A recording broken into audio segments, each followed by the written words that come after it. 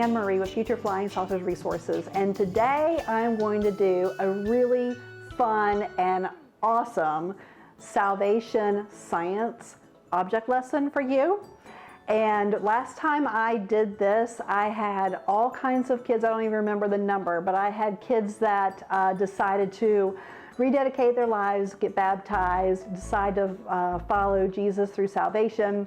So it's just a very great object lesson to do when you specifically want to present the gospel with an invitation, okay?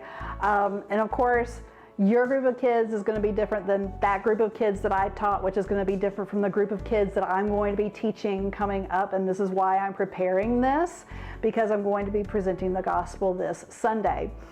So when you have a lesson that just really leads into a time of having your children make a decision. You know, we don't want to be in the business of forcing children into salvation. That is not what we are about.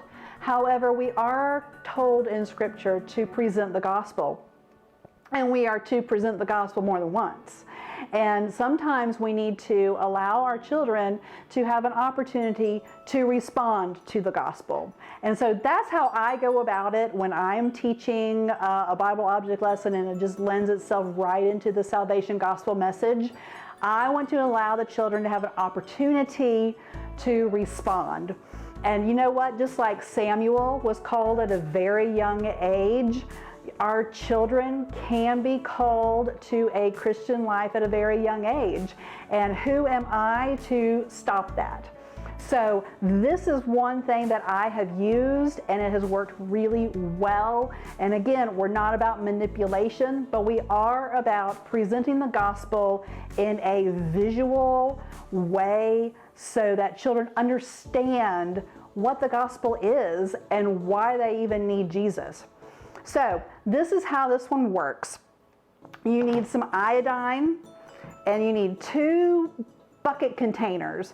Now, the ones that I'm using for this go around are not see-through, but I've done it before where I just had like a Rubbermaid container that was clear, and it works just fine with that too. I just happen to have these at my house. You will need rubber gloves because you don't want to get the stuff on your hands. And then you'll need a white cloth. Now, I just went into my closet and got one of my husband's old white t-shirts and just cut the front out of it. Okay, you could use a handkerchief or a piece of white material, but this is my husband's sacrifice for my object lesson this week. So you also are going to need, and I'm going to open this up so you can see what it looks like. You're going to need the Kodak Professional D76 developer, okay?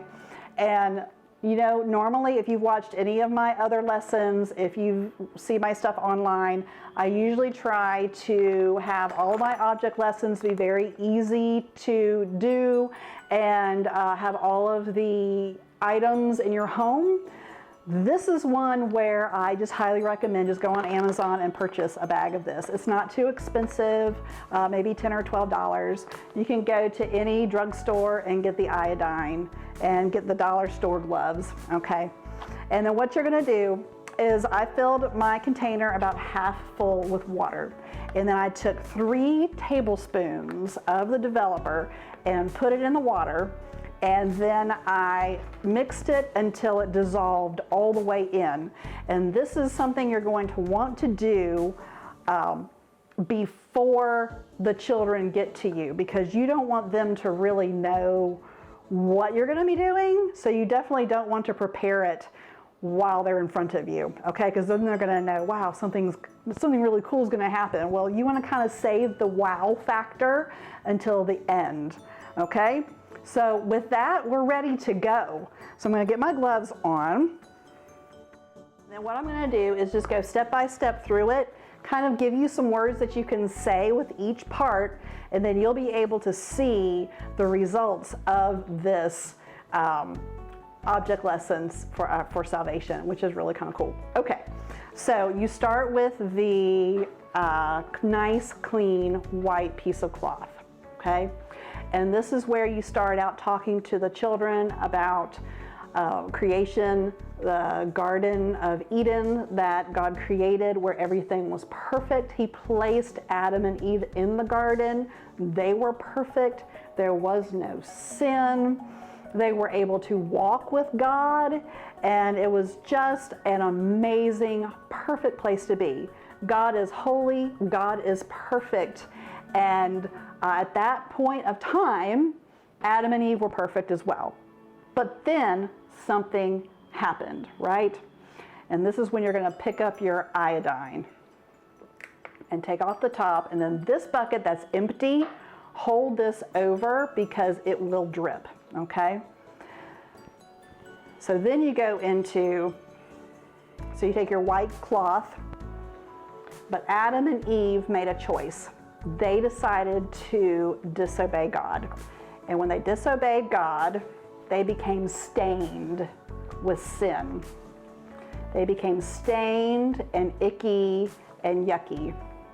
And then when they had children, Cain and Abel, they were stained with sin because they were born into it. We were born into sin. And then, of course, through the generations, as more people were produced, everybody who was born is born into sin, which means, and you can point this out to the kids, you and I are born into sin, and we are stained. And the result of that sin is that God had to take Adam and Eve and take them out of the garden. Because, see, God is perfect and holy, but once we had sin, and you can open this up so they can see that this is all stained.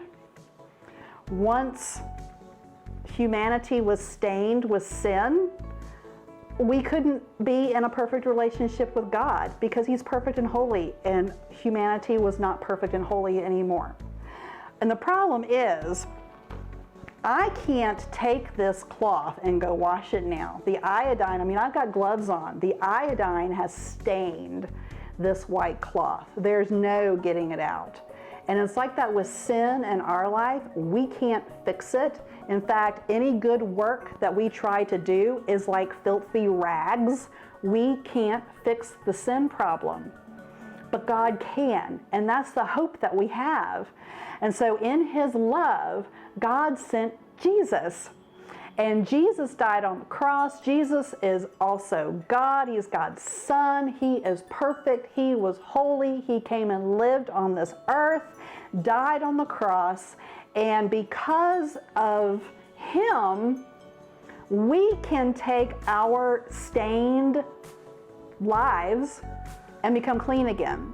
Because that's what Scripture tells us, that if we believe in Jesus, He will cleanse us of all unrighteousness. And Jesus is the living water. So now you're going to take your cloth and put it over here in the other bucket. And you can talk about how Jesus is the living water and how He can make all things new, that when we believe in Him, we become a new creation. The old is gone, and then the new is what is left. And then you pull this out after you've really got it all nice and clean. And then, of course, the kids are going to be like, ah, that's really cool. So now, through Jesus, we can stand clean and righteous before God because Jesus took all of our sins upon Him. So this is a great object lesson to show that not only can we become righteous in Christ, but that when we do sin again, which we will, because we are not in heaven yet, we are not in perfect bodies yet, we are not in a perfect world yet, we will still have sin that comes upon us, but through belief in Jesus, we can always go to Him and ask Him to forgive us our sins. Because look, if you watch it, look what happens. See if it does it. Oh, it is. See, it just kind of, all that sin, it goes right off because of Jesus. That's pretty cool. So I hope this is something you can use in your ministry. I love doing stuff like this. If you have not found my other Bible object lessons, you can go to futureflyingsaucers.com and find all kinds of other fun object lessons to teach the scripture to children. Have a wonderful day.